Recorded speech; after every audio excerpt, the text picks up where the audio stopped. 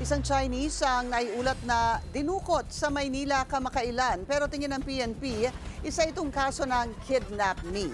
Arestado naman ang isa pang Chinese sa Makati dahil sa pagbebenta ng baril.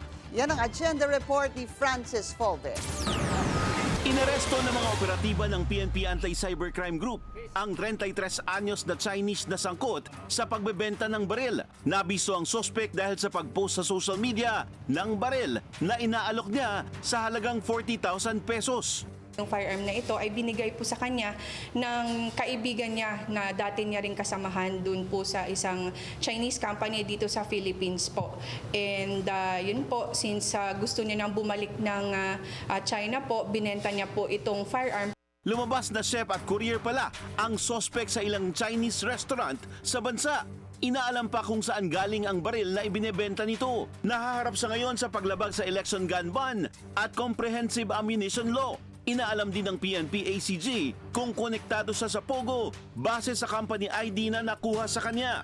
Iniimbestigahan din ng PNP ang posibilidad na kidnap me o palabas lang ang umano'y pagdukot sa isang Chinese sa Maynila nitong nakaraang linggo. Ayon kay PNP Public Information Office Chief Police Colonel Randolph Tuanyo, Biyernes Santo, napaulat na nawala ang umano'y biktimang Chinese sa Malate. Pero napag-alaman na siya pala mismo ang tumawag at nakipagtransaksyon sa kasamahan para humingi ng kalahating milyong pisong ransom.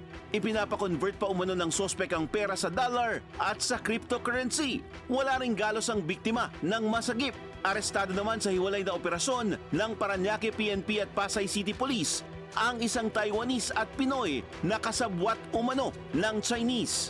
Para sa agenda, Francis Folve, Billionario News Channel.